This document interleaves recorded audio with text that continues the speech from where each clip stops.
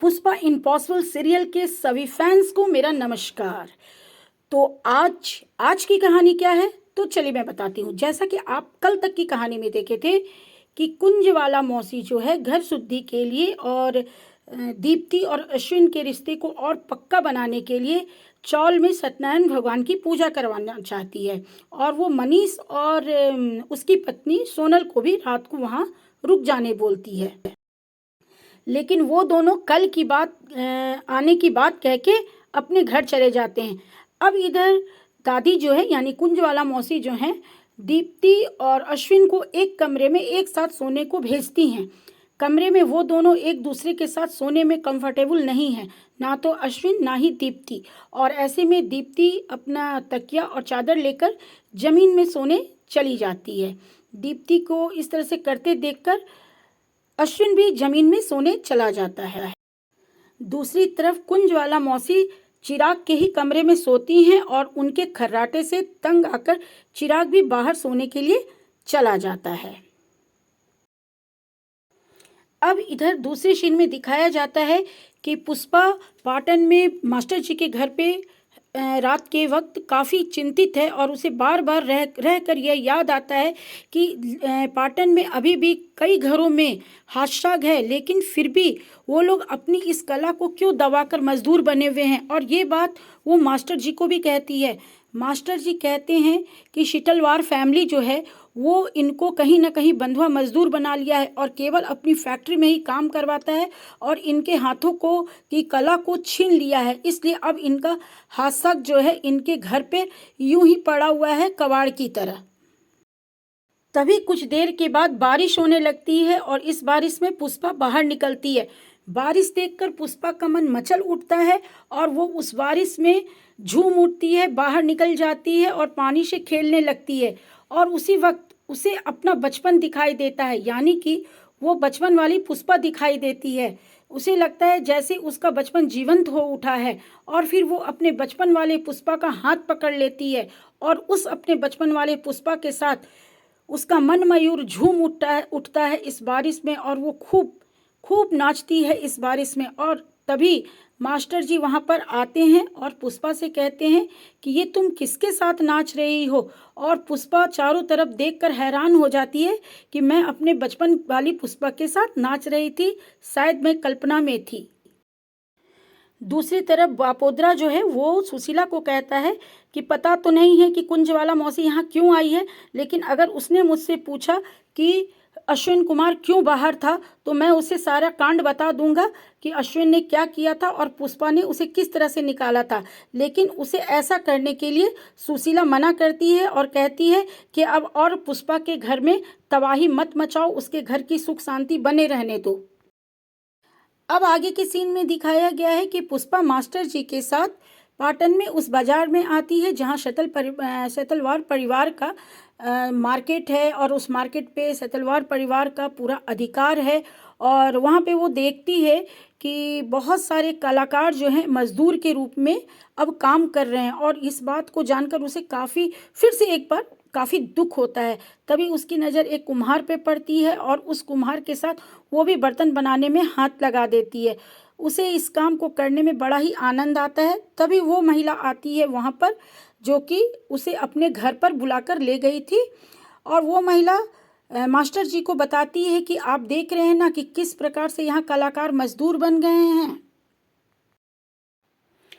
अब आगे ये सीन है कि राशि भी सत्यनारायण भगवान की पूजा में जाने के लिए काफ़ी सुंदर ड्रेस पहनकर आई है और दिलीप से भी चलने को कहती है, पर दिलीप उसे जाने से मना कर देता है कि मुझे किसी ने नहीं बुलाया है। फिर उसके ड्रेस की तारीफ़ करता है तो राशि कहती है कि ये ड्रेस आपने ही तो मुझे प्यार से दिया था।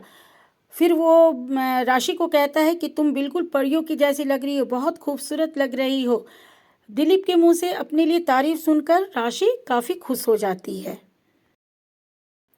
अब अगले दिन सत्यनारायण भगवान की पूजा में शामिल होने के लिए मनीष और सोनल आते हैं।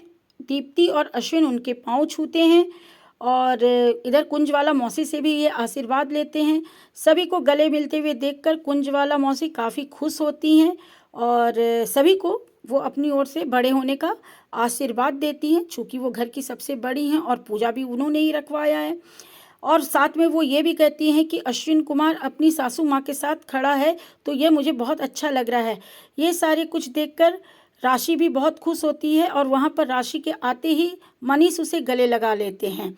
राशि को देखकर कुंजवाला मौसी भी बहुत खुश होती है और उससे कहती है कि तेरे पापा तो नहीं आ रहे हैं ना?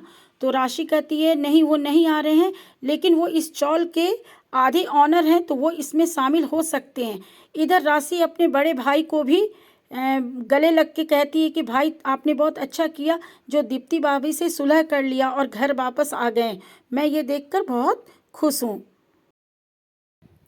अब अगले सीन में दिखाया जाता है कि खूब तेज बारिश हो रही है और इस बारिश में मास्टर जी, पुष्पा और वो औरत जो कि उनको अतरंगी का कलाकार जो है हाथ शाक चलाता है, पटोला बनाता है, उससे मिलवाने के लिए ले जा रही है।